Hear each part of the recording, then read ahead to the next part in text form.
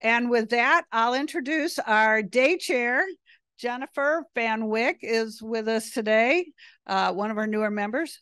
Jennifer is currently the Director of Strategic Growth here at the Women's Club of Minneapolis. She's been on the leadership staff since 2020 and was a past member of the Women's Club for nearly 8 years. She graduated from the University of Minnesota and has 25 years of experience. It couldn't be true. In nonprofit management, fundraising, development, and event planning and logistics. Jennifer was part of the capital campaign team that built the first new facility for Open Arms of Minnesota and served on the building facility team as well. Her background includes large-scale projects with the American Heart Association, University of Minnesota, Meals on Wheels, Midwest Diversified Industries, as well as many corporate and community organizations in the greater Twin Cities area. Jennifer joined the greatest Rotary Club in the world last year. She's co-chair of the community service team and also plays a role with the Lake Street Project Committee. Here to introduce our speaker. Thank you, Jen.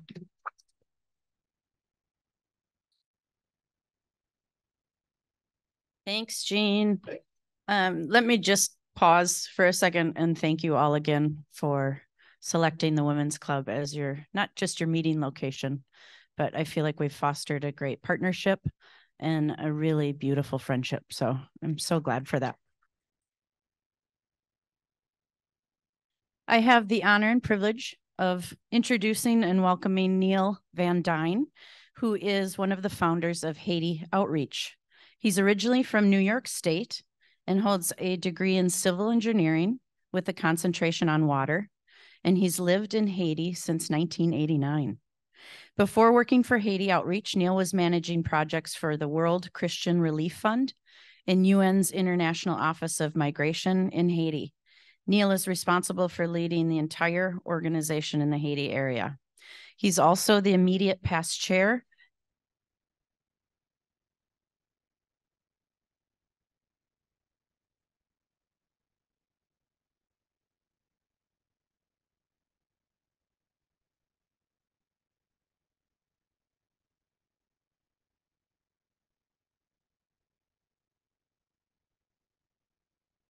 Please welcome Neil Devine. Yeah, I said Divine. It's Van Dyne. I like Divine. Let's go with that. Welcome. Thank you, Jan. Thanks, Jan, and thank you everybody for the warm welcome. It's great to be here. It's always wonderful to see and experience other Rotary clubs around the world, and I get to do this a lot, and I can say that no matter where you go in the world, no matter what club you participate in, you're always at home when you're in a Rotary meeting. So thank you for the warm welcome this morning. So as I said, I'm not able to advance the slides. Oh, there we go. I'm here to talk about Haiti. I can talk about Haiti a lot. I've lived there for 35 years, but I just wanted to throw a couple quick points up there because people don't hear, they hear a lot of bad things about Haiti in the news, and they don't hear some of the things that are powerful about Haiti. We might not know that Haiti was the second new republic in the Western Hemisphere. It was immediately after the United States, the next country that gained independence in the New World. It's also the only successful slave rebellion that formed a country anywhere in the world. And in fact, their slave rebellion led to you guys being here today as Americans, because that led to the Louisiana Purchase. France, essentially, when they lost Haiti, gave up their effort in the New World and sold Louisiana Purchase to the United States. So I'm not sure that we would be speaking English here. We might be speaking French here had it not been for Haiti. It's also the first constitution in the world that establishes racial equality. Haiti's constitution declared that any slave that landed on Haiti's territory was immediately free. It's only an hour and a half flight from Miami to Haiti. It borders with the country of the Dominican Republic on the same island of Hispaniola, but it's a country that's been wallowed in relief efforts. And I'd like to start by talking about a distinction between relief and development. When we talk about relief, we talk about an immediate need. There's been an earthquake or a hurricane or something that's disrupted the systems that we use to function, our food supply, our water supply, or whatever else. And there's an immediate need in a hurricane or earthquake or whatever to get people relief. We have to get people water. We've put bottles of water on a plane and fly them halfway around the world. We got to do that because that's what we have to do to keep people alive. That's very, very different than development. Development is all about how do you create a future and what kind of systems do we want to put in place as our community to build and make our lives easier? Do we want to have water delivered to our houses? How do we build a system that does that? How do we build a rail network or a road network or an education system? These are all things that we develop as part of our society. But Haiti's been mired in relief, in perpetual relief, and it undermines the creation of those systems, because when you're constantly providing relief, you're never developing the systems you need to make it all go. And because of that, more than half of Haiti's water sanitation infrastructure has been built in a relief mindset. And because of that, it's not working, half of it. And it's crazy because that means that none of this work, all this work and all this money that's been given over the years, only half of it has had an impact over time. And I love this picture. This was with I was visiting there with the hand wash team, and I'll talk about that later. But we were at a school where Rotary Club had built benches for the school, and I saw this hand pump there, and I thought, man, this is fantastic. I walked over, and of course it wasn't working. There's a broken lawnmower there and leaves all around. So something somebody didn't work. But in the background there, that blue and white building, the blue and white building is part of a water system that some other group built. So some group spent millions of dollars building a water system, a piped network in this area, and it broke down. And so then some other group, a club or a church, maybe even a Rotary Club, contributed money to put a well at this school, which in turn broke down. Why? Because nobody focuses on the systems and building the management and leadership necessary to make it go. Now, there's always a story within a story.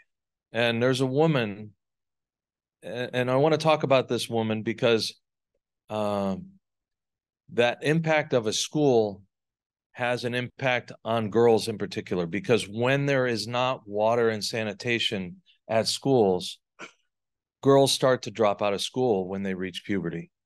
Roughly an equal number of boys and girls join school in primary school and elementary school. But as girls start to hit puberty, when they start to have their period and there's no water and sanitation facilities at the school, they can't keep up. So they drop out for 3 or 4 or 5 days out of every month. When they have their period, they can't go to school. Well, that's about 20% of their school time. So slowly they just start falling behind the boys and eventually drop out. And there's a woman in our area, her name was Larez, who was exactly that. Her parents fought to get her into school and kept her in school. And she would get up in the morning and go haul water from the local spring. And as she got to puberty, she couldn't keep up with the boys and had to drop out. And when that happened, she became the family's workhorse.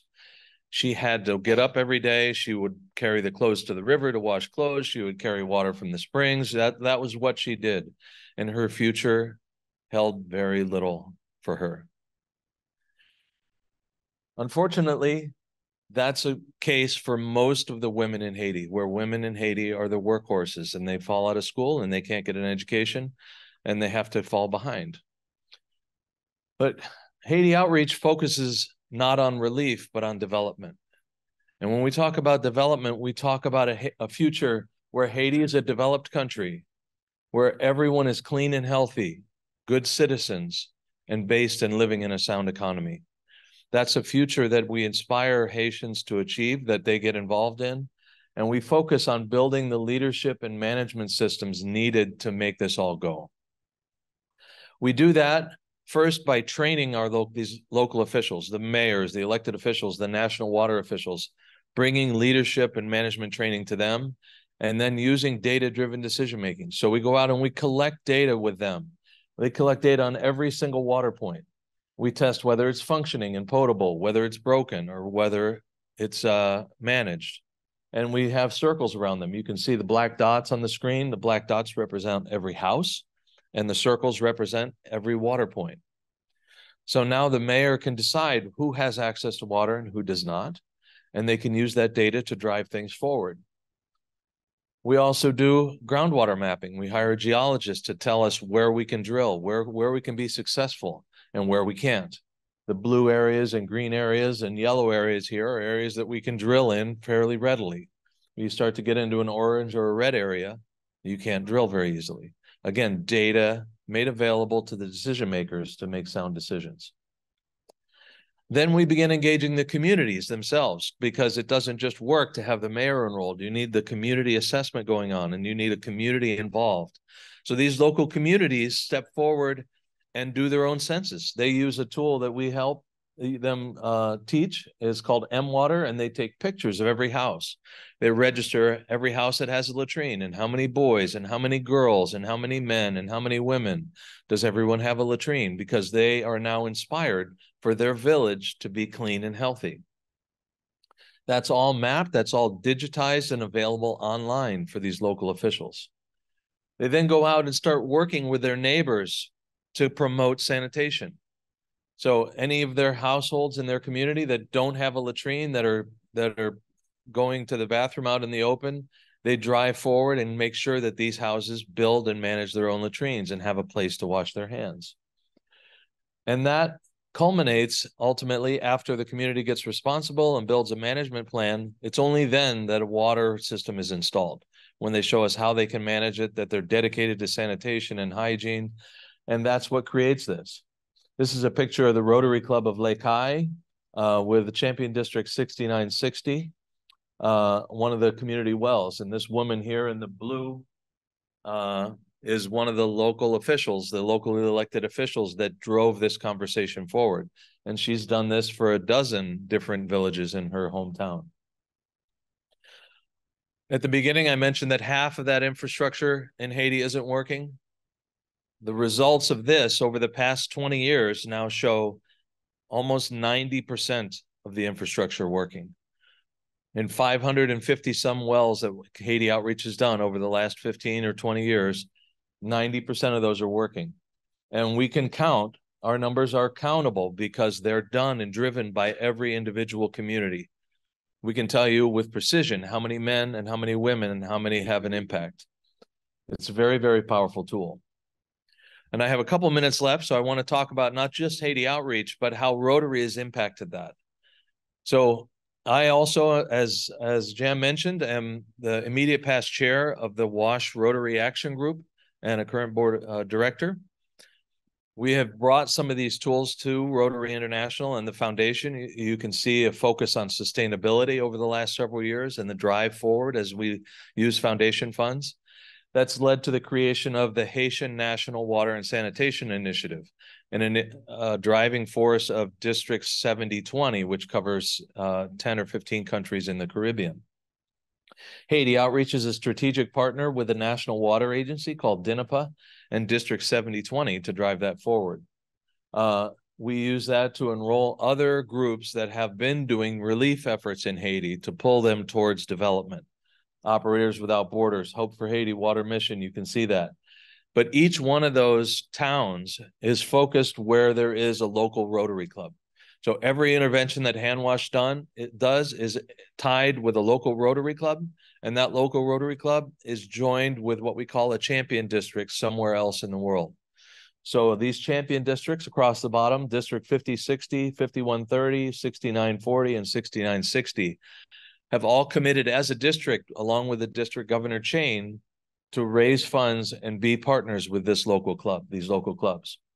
There's currently 24 Rotary clubs in Haiti scattered around the country. Handwash is now working in 5 of those communes.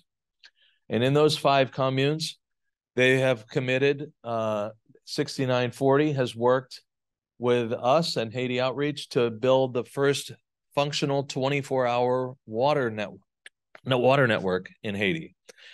Since June of this year, thanks to the efforts of Rotary and District 6940 and the Handwash team, the village of Pion, where I live, now has functional 24-hour water supply under pressure at every house in the village.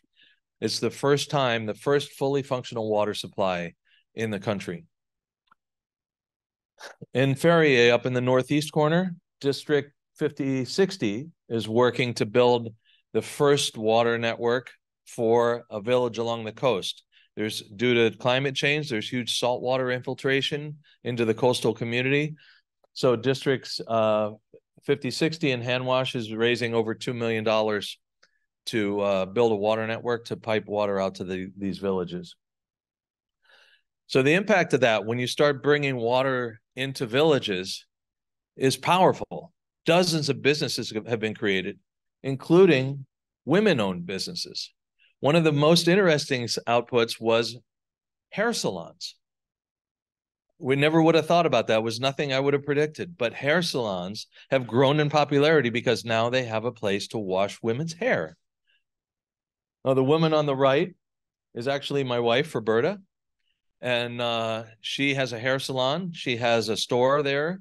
And the woman in the middle is Lorez. Lorez now works at this store. She makes money, and she is now paying her own way into school because of this. The impact of that is now that she is no longer her family's workhorse, but getting an education to build a new future for herself. There's also clinics that have been started, women-owned pharmacies, block industries, and so on and so forth. The impact of bringing clean water and developing that as a service for the community where people are paying for that service is incalculable. So I realize it's 8:25. I was told I have to stop now because everybody gets nervous at 8:25. But I wanted to say thank you. And in Haiti, we say merci. So thank you very much.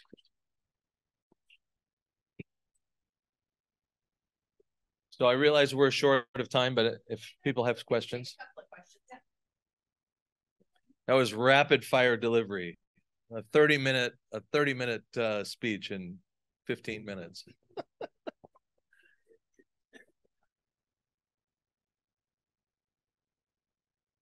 Very much for the presentation. Short time, but I have to ask you what you think of the security force that's being prepared.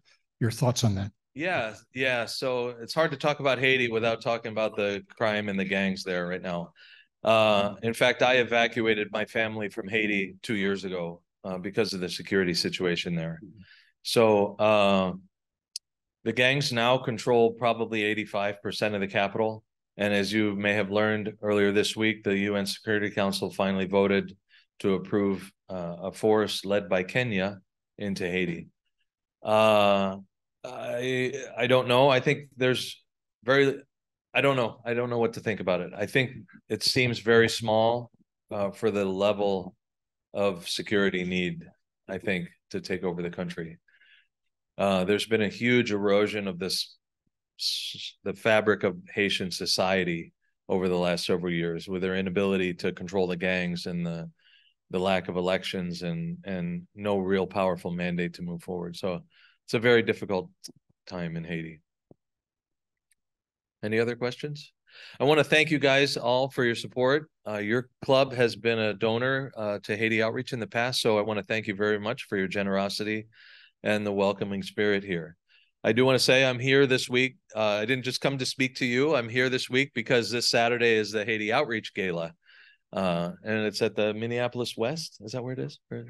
Marriott West this Saturday evening. So if any of you are interested in attending, you can hear a little bit more about Haiti Outreach and more about what Rotary's impact on that is. So thank you.